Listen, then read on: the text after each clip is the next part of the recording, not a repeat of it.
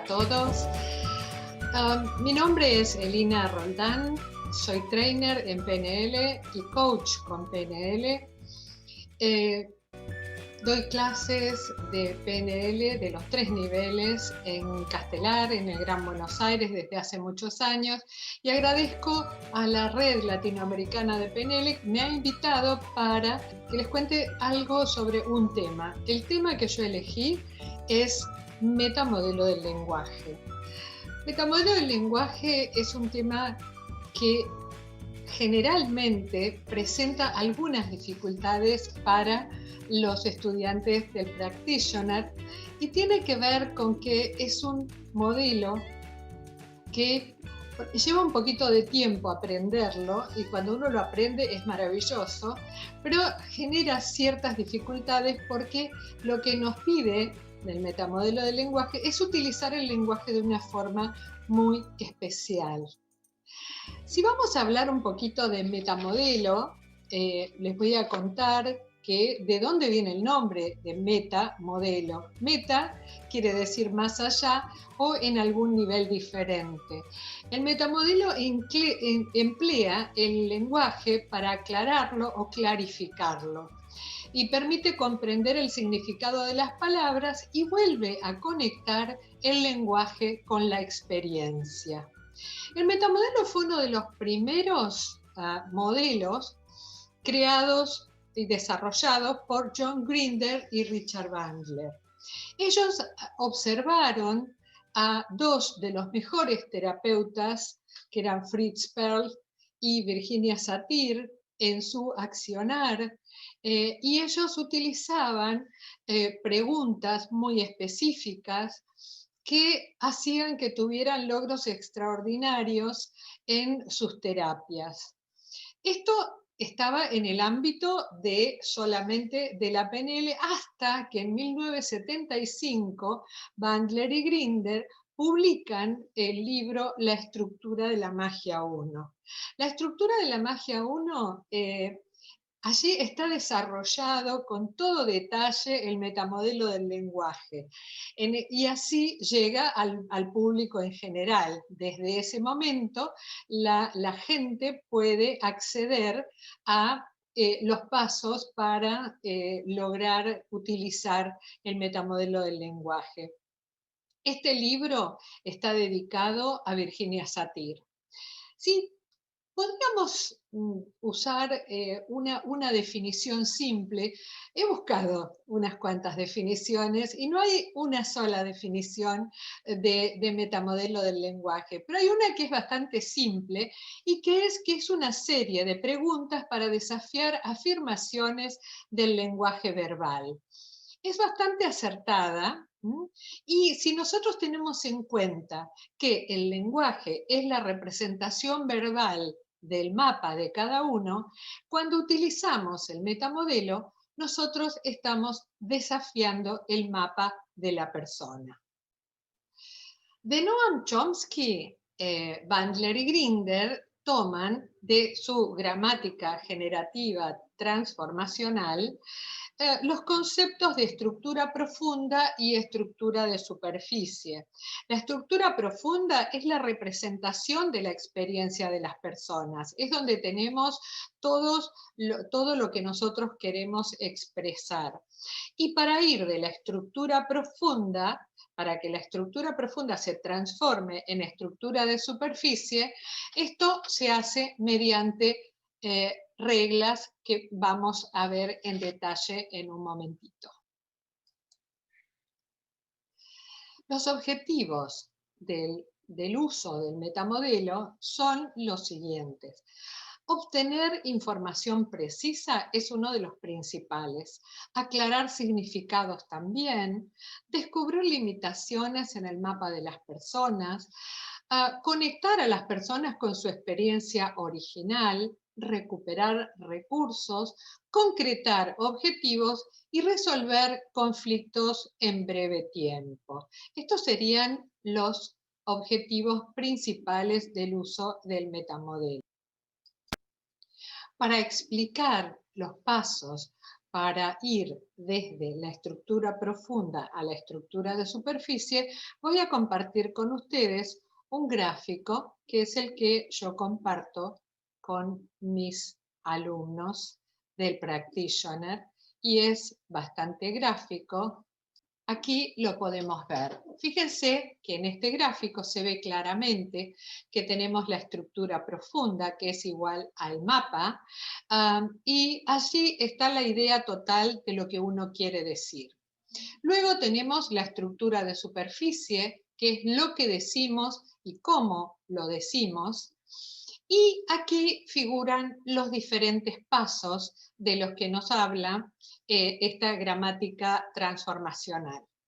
El primer paso para ir desde la estructura profunda, donde yo tengo todo el conocimiento y toda la idea de lo que quiero decir, voy a seleccionar la información que voy a emitir, voy a suprimir y eliminar lo superfluo. Entonces allí tenemos la E, que es elimino o suprimo. Le podemos llamar eliminaciones o supresiones.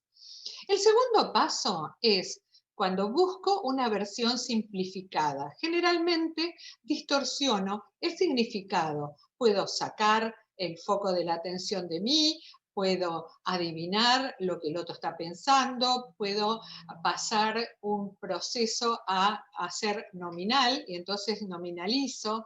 Hay diferentes tipos de distorsiones que después las vamos a ver en detalle. Y el tercer paso, como es complejo indicar excepciones, yo generalizo. Es como que todo el mundo está en contra mío, todo me pasa a mí, nadie me escucha. Estos serían los tres pasos para ir desde la estructura profunda a la estructura de superficie. Y aquí lo que tenemos es MM, que quiere decir metamodelo. El metamodelo consiste, ya como he dicho anteriormente, en preguntas. Las preguntas también los llamamos desafíos. A las eliminaciones, las distorsiones y las generalizaciones los vamos a llamar desde la PNL violaciones del lenguaje. Nosotros, a través de las preguntas o desafíos, lo que hacemos es desafiar esas violaciones del lenguaje. Los desafíos o preguntas vuelven a conectar el lenguaje con la experiencia. Esto es el gráfico que quería compartir con ustedes para que sea un poquito más claro. Yo soy muy visual, entonces me gustan mucho los gráficos para poder explicar algunos conceptos. Bien, ahora pasaré a explicar cada uno de estos pasos. Recuerden que el metamodelo del lenguaje consiste en preguntas para recuperar la información que hemos eliminado para contar nuestra experiencia. A veces eliminamos muchas, a veces lo decimos de una manera que no es totalmente clara. Entonces las preguntas nos van a ayudar a conectarnos con nuestra experiencia original. Lo primero que vamos a encontrar son las supresiones. Habíamos dicho que el primer paso son las supresiones o eliminaciones. Dentro de las supresiones vamos a encontrar 4 clases. La primera es una supresión simple. Es, por ejemplo, estoy incómodo. Y allí las preguntas serían, ¿qué te incomoda? ¿Qué específicamente te incomoda? ¿O con respecto a qué estás incómodo? Después tenemos la segunda en la lista, dice supresión comparativa. La supresión comparativa, nosotros siempre vamos a usar una palabra que indique comparación. Más, menos, mejor, peor, tan. Y tenemos, por ejemplo, les doy uno, ¿no? Hice la peor tarea. Y allí la pregunta para desafiar ese peor, diríamos, comparándola con cuál, o podríamos utilizar la palabra de comparación, peor que quién, o peor que qué, o peor que cuándo. Vamos a los sustantivos no especificados. En los sustantivos no especificados, nosotros tenemos frases, ustedes van a observar que son frases como oraciones tácitas, no tienen el sujeto. Acuérdense que el sujeto siempre es un sustantivo o una frase sustantivada. Por eso dice sustantivos no especificados, porque no aparecen. Entonces, si yo digo me tratan mal, están todos en contra mío, lo que no estoy diciendo es quién o quiénes. Y esas son las preguntas para desafiar esta violación del lenguaje. Después pasamos a verbos no especificados. En este caso, yo lo que no estoy explicando es lo que hay después del verbo. Muchas veces nosotros decimos una frase cortita en el ejercicio, en el ejemplo. Tengo, por ejemplo, él me dejó.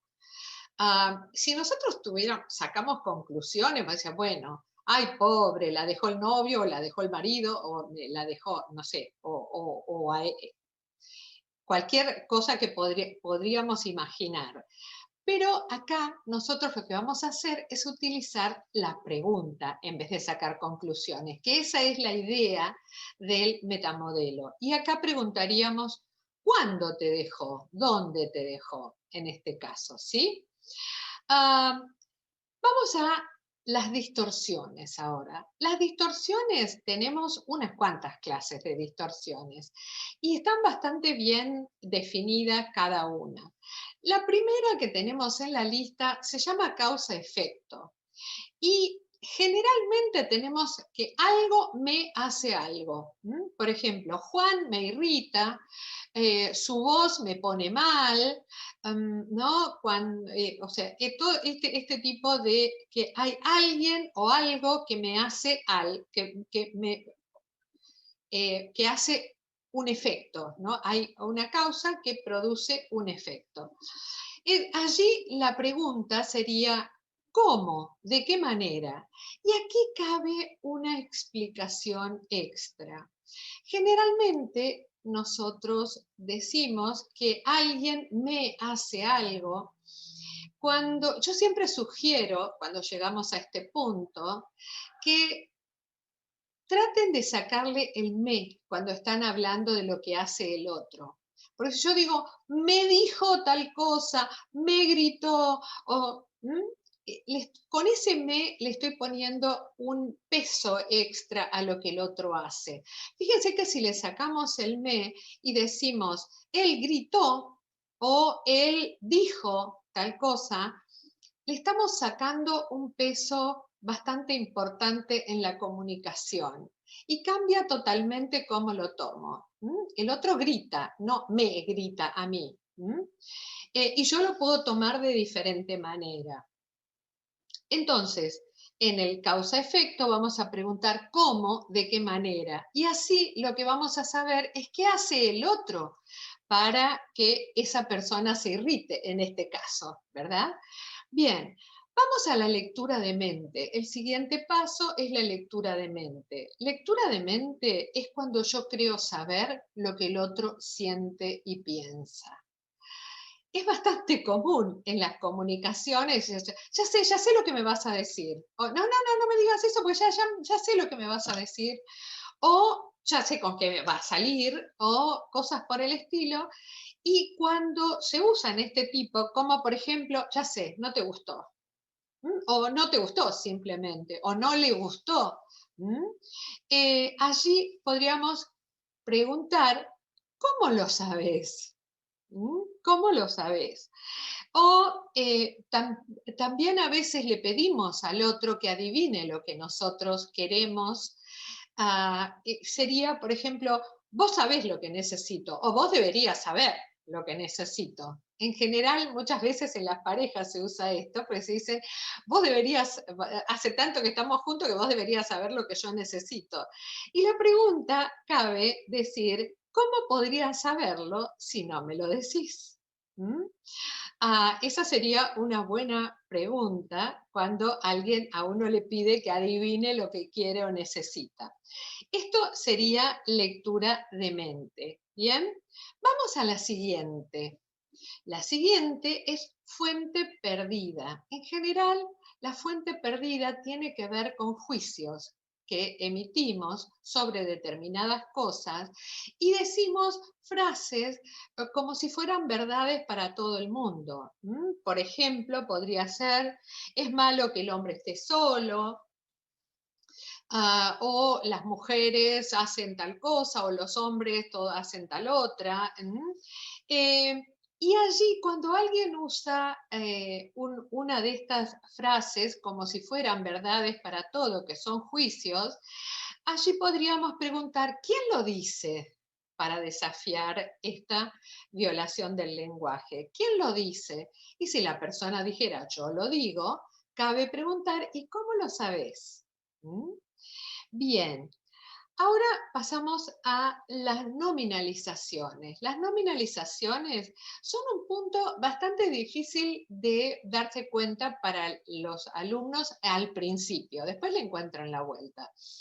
Pero tiene que ver con que nosotros cosificamos un proceso. Acuérdense que nominal es sustantivo.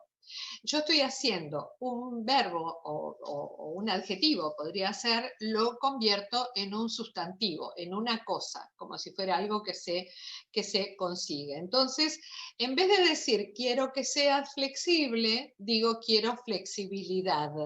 Cuando yo digo quiero flexibilidad, recuerden que adelante de los sustantivos se puede poner un artículo. Entonces, la flexibilidad es una nominalización. ¿Tá? ¿Cómo nosotros vamos a desafiar esa nominalización? Podríamos preguntar, ¿quién querés que sea flexible? ¿Cómo querés que sea flexible? Y con eso estaríamos desafiando y sacando a la persona de la nominalización, que la nominalización estatiza, ¿no? O sea, lo deja estática a la frase. En cambio, el verbo tiene acción. Dentro de las distorsiones también tenemos las equivalencias complejas. Las equivalencias complejas son consisten en lo siguiente, son dos frases que generalmente no tienen nada que ver una con la otra y que la persona las une para darle un significado que tiene que ver con la persona. Y ahí podemos hacer preguntas para desafiar esto. Sería como, me gustaría hacer deporte, pero tengo que trabajar, por ejemplo, ¿no? Y ahí cabría preguntar, ¿quiere decir que trabajar te impide hacer deportes? O también otro ejemplo, ¿no? Que se me ocurre en este momento sería, yo lo perdonaría, pero no me llama. Entonces, la pregunta, desafío sería, ¿te tienes que llamar para que lo perdones? Fíjense que no tiene mucho hilo conductor entre una cosa y la otra y la persona los une para darle un significado. Pasamos luego a las presuposiciones. Aquí vamos a ver un tipo de presuposiciones que nosotros vamos a desafiar. Por ejemplo, si me comprendieras, no me trataría así. También podría ser, bueno, si me quisieras, me traería flores o algo por el estilo. Y fíjense que si yo digo si me quisiera, estoy presuponiendo que no me quiere, o por lo menos que no me quiere suficiente. Allí podríamos preguntar sobre la primera parte o sobre la segunda. Si pregunto sobre la primera parte de esto, diríamos, si me comprendiera, ¿qué tiene que comprender? Y si me focalizo en la segunda, que dice, no me trataría así, ¿de qué modo te trata? Depende de, recuerden siempre que todas estas frases que vemos nosotros aquí son sacadas de contexto. Generalmente cuando uno utiliza el metamodelo, lo utiliza dentro de una conversación. Si yo lo uso dentro de una conversación, yo siempre tengo un poco más de, de conocimiento sobre lo que la persona está diciendo. Entonces, a veces va a diferir el tipo de preguntas que voy a hacer. Hasta aquí son las distorsiones. Ahora pasemos a las generalizaciones. Las generalizaciones, hay dos clases de generalizaciones que son bastante comunes de encontrar en las conversaciones también. Por ejemplo, la primera son los cuantificadores universales. Cuantificadores universales son nunca, siempre, nada, todo, todos, ninguno, o nadie. Entonces, aquí, por ejemplo, podríamos decir, nunca hago las cosas bien. Y aquí, esta es una de las que primero aprenden los alumnos, porque es repetir el cuantificador. Si dice nunca hago las cosas bien, nunca, nunca. O todo me sale mal, todo, todo. Al nosotros repetir, o por lo menos decirlo una vez el cuantificador, la persona reacciona, no, bueno, y ahí contesta diferente, porque toma conciencia de que en realidad hay veces que salieron las cosas mejor. El nadie me escucha. ¿Hubo alguna vez que alguien te escuchó? También es otra de las preguntas que se puede hacer. Acá, con esto de nunca, hay una anécdota que se cuenta Joseph O'Connor en su libro Introducción a la PNL, que dice que Richard Bandler contaba una anécdota, algo que le había pasado con una paciente de él. Esta paciente tenía un problema de seguridad, sobre todo de seguridad en sí misma. Y ella le dice que no, nunca estaba segura de sí misma. Entonces, él lo primero que hace es preguntarle, ¿pero es verdad que nunca, nunca estuvo segura de sí misma? Sí, sí, dice, no, nunca, nunca. Pero en ningún momento estuvo segura de usted misma, nunca en la vida, nunca en la vida. ¿Está segura? Completamente. Fíjense cómo el haber desafiado hizo darse cuenta que estaba completamente segura de que nunca estaba segura. Esta es una de las anécdotas que hay de Richard Bandler dando sus terapias y sus encuentros, ¿no? con sus pacientes. Ahora pasamos al último dentro de de las generalizaciones, y son los operadores modales. Los operadores modales para nosotros en español no les prestamos tanta atención. En otros idiomas sí, porque están bastante más detallados y también tienen que ver con distintas connotaciones. En este caso nosotros tenemos operadores modales de necesidad, que sería cuando yo hablo de necesito, es necesario, tengo que, debo, debería, todas esas palabras indican que hay un operador modal de necesidad. En cambio, dentro de posibilidad, nosotros diríamos no puedo, me es imposible, no podría, todas estas que indican posibilidad. Para desafiar los operadores modales, si la persona dice necesito hacer esto, ¿qué pasaría si no lo hicieras? Tengo que salir, ¿qué pasaría si te quedaras? Luego tenemos el no puedo tomar el tren o no puedo hacer esto. Entonces, ¿qué te lo impide? Sería una de las preguntas que muchas veces hacemos cuando la persona está como muy negada, dice, no puedo hacer esto. O sea, ¿qué te lo impide? Y eso hace que la persona vaya a buscar dentro de sí y nos diga si hay algo que realmente le está impidiendo. Pero una de las preguntas que son muy esperanzadoras que hacemos cuando llegamos aquí a los operadores modales y cuando alguien dice que no puede hacer algo es, ¿qué pasaría si lo intentaras? Yo utilizo muchas veces esto y realmente la podemos utilizar también para nosotros mismos. Cuando pensamos que algo es muy difícil o casi imposible de realizar, podemos preguntarnos, ¿qué pasaría si lo intentaras? La mayoría de las veces cuando lo intentamos, logramos hacerlo. Hablando de anécdotas, también Joseph O'Connor cuenta que en los años 70 Robert Dilts le había comentado que estaba en una clase de Richard Bandler y que en 2 horas Richard Bandler enseñó todo lo que era metamodelo.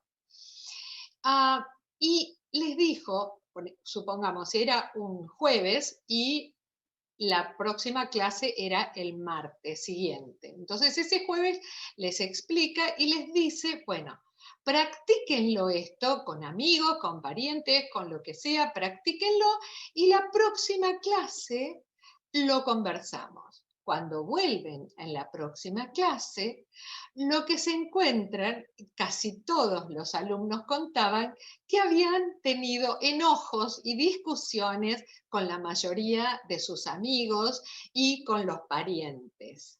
Y aquí Joseph O'Connor hace una salvedad que si nosotros soltamos la pregunta así con fuerza, la persona puede tomarlo de mala manera.